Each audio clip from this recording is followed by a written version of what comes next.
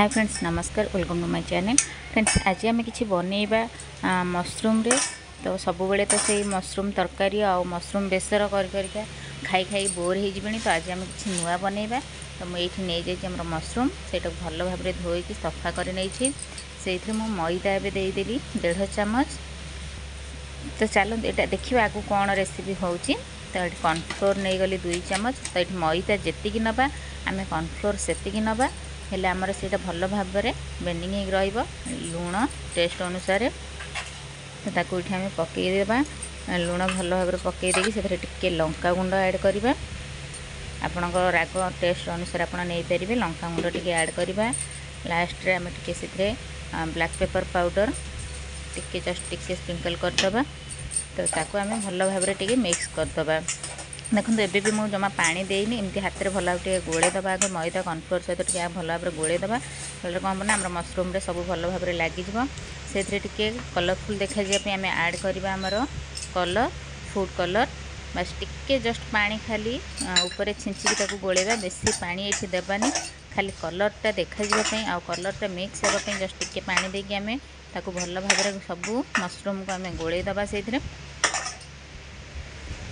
तो ये मुझे भल भाव में सब मशरूम को गोले रखीदेली। देखूँ तो ये आम गोटे कड़े नहीं जाए से तेल किसी देदेबा।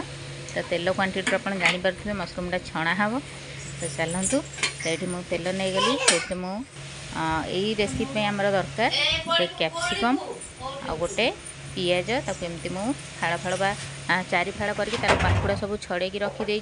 तो कैप्सिकम टाक आम छोट छोट काटा कहीं कैप्सिकमटा मोटा थाए सीझापी टाइम निए।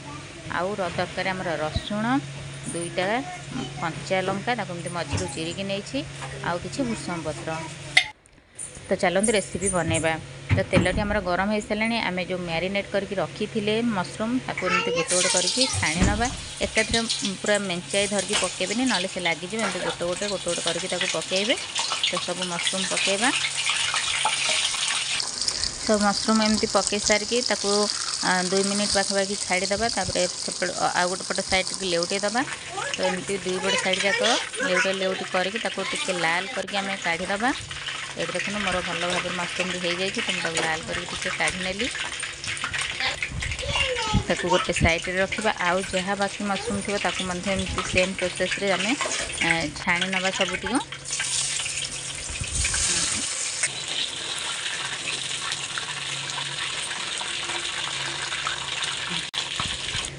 ताकू छाणी सारापर आम से तेल रे कैप्सिकम कहीं कैप्सिकमटा सीझापी टाइम नहीं थाए। तो से गरम तेल रे जस्ट टिके कैप्सिकमटा को 1 ରୁ 2 मिनिट फ्राए करवा जस्ट टिके सीझिला पर्यंत। ताकू 1 ରୁ 2 मिनिट फ्राए करबे। एमती आप कंचा भी जदि बेसी तेल न चाहते स्किप करेंगे खाली कंचार टिके जस्ट भाजीदेवे। तो सीझिला पर्यंत ताकू भाजीदेवे। मुझे फ्राए करदे जल्दी हाँपाई। तो कैप्सिकम को आम टे जल्दी सीझापी ताकू फ्राए करदे। एवं से कड़े आम तेल ताकू साइड करनवा।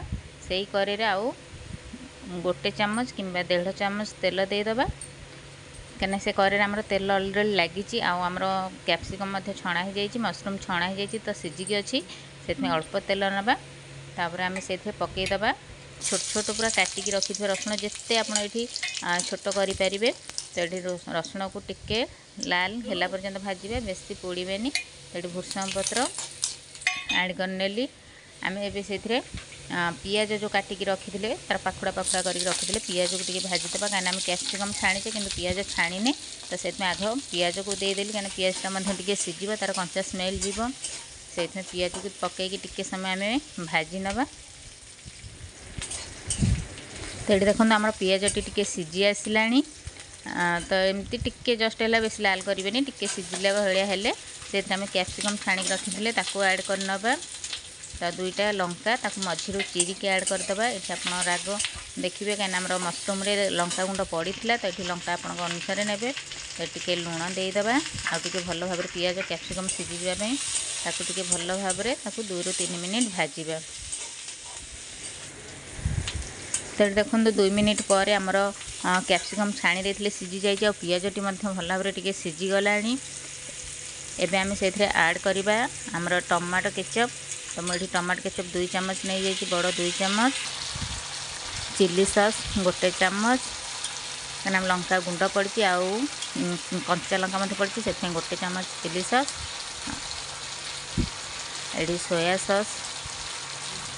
ତ ଏଇଠି କହି ରଖୁ, ଯଦି ମୋ ଚ୍ୟାନେଲ୍ ନୂଆ ଅଛନ୍ତି ପ୍ଲିଜ୍ ଚ୍ୟାନେଲ୍କୁ ସବସ୍କ୍ରାଇବ୍ କରନ୍ତୁ, ଭିଡ଼ିଓଟି ଭଲ ଲାଗିଲେ ଲାଇକ୍ କରନ୍ତୁ ଆଉ ଆପଣଙ୍କ ଫ୍ୟାମିଲି ମେମ୍ବରଙ୍କ ସହିତ ସେୟାର କରନ୍ତୁ।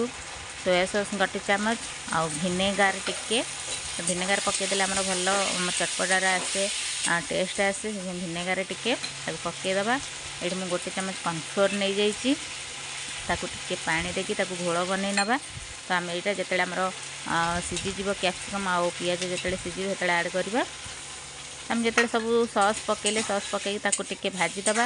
ତାପରେ 1 ଚାମଚ କର୍ଣ୍ଣଫ୍ଲୋର୍କୁ ପାଣି କରିକି ଢାଳିକି ତାକୁ ଟିକେ ସମୟ ଘାଣ୍ଟିଦେବା, କାହିଁକିନା ଆମର ଏମିତି କର୍ଣ୍ଣଫ୍ଲୋର୍ ଦେଲେ ଆମର ମସଲାଟି ଟିକେ ବହଳିଆ ଆସିବ। ତ ସେଇଠି ମୁଁ ଆଉ ଗୋଟେ ଛୋଟ ଗ୍ଲାସ୍ରେ 1 ଗ୍ଲାସ୍ ପାଣି ଦେଇଦେଲି, ତାକୁ ଟିକେ ସମୟ ଆମେ ଫୁଟିବାକୁ ଛାଡ଼ିଦେବା। ଦେଖନ୍ତୁ ଭଲ ଭାବରେ ଆମର ଏବେ ଫୁଟି ଆସିଲାଣି ଆଉ ଗ୍ରେଭିଟି ମଧ୍ୟ ଦେଖନ୍ତୁ ପୁରା ବହଳିଆ, ଯେହେତୁ ଆମେ କର୍ଣ୍ଣଫ୍ଲୋର୍ ଦେଇଛେ ବହୁତ ବହଳିଆ ହେଇଛି। ତେବେ ଆମେ ଯେଉଁ ମସରୁମ୍ ସବୁ ଛାଣିକି ରଖିଥିଲେ ସେଇ ମସରୁମ୍ ସେଥିରେ ଆଡ଼୍ କରିନେବା। ମସରୁମ୍କୁ ଆଡ଼୍ କରିକି ସେଇଟା ଟିକେ ଭଲ ଭାବରେ ସେ ପିଆଜ କ୍ୟାପ୍ସିକମ୍ ସହିତ ଗୋଳେଇକି ତାକୁ ଟିକେ ସମୟ ଘାଣ୍ଟି ଦେବା, ବେଶୀ ଘାଣ୍ଟିବାନି କାହିଁକିନା ମସରୁମ୍ଟା ବହୁତ ନରମ। ଲାଷ୍ଟରେ ଟିକେ ବ୍ଲାକ୍ ପେପର୍ ପାଉଡ଼ର ଉପରେ, ବ୍ଲାକ୍ ପେପର୍ ପାଉଡ଼ର ପକାଇକି ତାକୁ ଭଲ ଭାବରେ ଟିକେ ମିକ୍ସ କରିଦେବା। ତ ଏଇଟା ଆମେ ବେଶୀ କରିବାନି କାହିଁକିନା ମସରୁମ୍ ନରମ ଅଛି, ଆମର କ୍ୟାପ୍ସିକମ୍ ମଧ୍ୟ ଛାଣି ଦେଇଥିଲେ ସିଝି ଯାଇଛି। ତ ତାକୁ ଜଷ୍ଟ ଟିକେ ଖାଲି ଗୋଳେଇ ଦେବା ମସଲା ସହିତ, ଯେମିତି ଭଲ ଭାବରେ ଟିକେ କୋଟ୍ ହେଇଯିବ। ତ ମୁଁ ଗୋଳେଇକି ଟିକେ 2 ରୁ 3 ସେକେଣ୍ଡ ତାକୁ ଆମେ ଏମିତି ଭଲ ଭାବରେ ଟିକେ ଗୋଳେଇ ଦେବା। ତ ଏଇଠି ଆମର ଗରମା ଗରମ ରେଡ଼ି ହୋଇଗଲା ଚିଲି ମସରୁମ୍। ତାକୁ ଗରମା ଗରମ ରୁଟି ସହିତ, ପଖାଳ ସହିତ, ଗରମ ଭାତ ସହିତ ମଧ୍ୟ ସାଇଡ଼୍ରେ ଯେଉଁଠି ବି ଖାଇପାରିବେ, ବହୁତ ଟେଷ୍ଟି। ଆଉ ଏମିତି ନିଶ୍ଚିନ୍ତ 1 ଥର ଘରେ ଟ୍ରାଏ କରନ୍ତୁ ଆଉ କମେଣ୍ଟରେ ସେୟାର କରନ୍ତୁ କେମିତି ହେଇଥିଲା। ତ ରେଡ଼ି ହୋଇଗଲା ଆମର ଚିଲି ମସରୁମ୍।